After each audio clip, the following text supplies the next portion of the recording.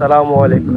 আপনাদেরকে এতবার বলা সত্ত্বেও আপনারা অনেকেই শুভ নববর্ষ দিচ্ছেন এবং কি পয়লা বৈশাখ উদযাপন করছেন।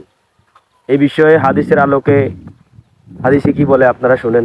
হুজুর পাক সাল্লাল্লাহু আলাইহি সাল্লাম যখন মদিনায় সফর করে গেলেন, তখন সে দেখতে পেলেন তারা ওইখানে বছরে 2টা উৎসব পালন করে। তাদেরকে বলল, তোমরা এখানে কি উৎসব পালন করতেছো? তারা বলল, জাহিলিয়াতের যুগে থেকে আমরা এই উৎসবগুলো পালন করতেছি।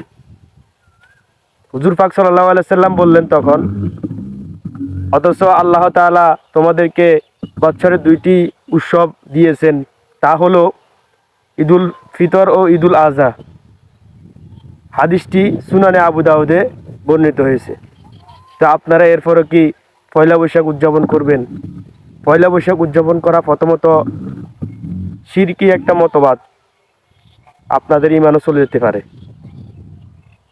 এরকম আমরা তো এখন 2টা করি না, আমরা অনেকে করি, অনেক উৎসব পালন করি। এখন জন্মদিবস, মৃত্যু দিবস, 21শে ফেব্রুয়ারি, 26শে মার্চ, অনেক কিছু আমরা পালন করি। আসলে এগুলো কি হুজুর পাক সাল্লাল্লাহু আলাইহি সাল্লামের জমানা ছিল? আদৌ কি ছিল? আপনাদের বিবেক কি বলে?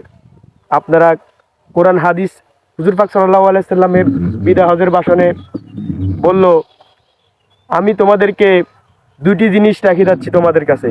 এক হচ্ছে আল্লাহর কালাম, 2 আমার মুখের বাণী।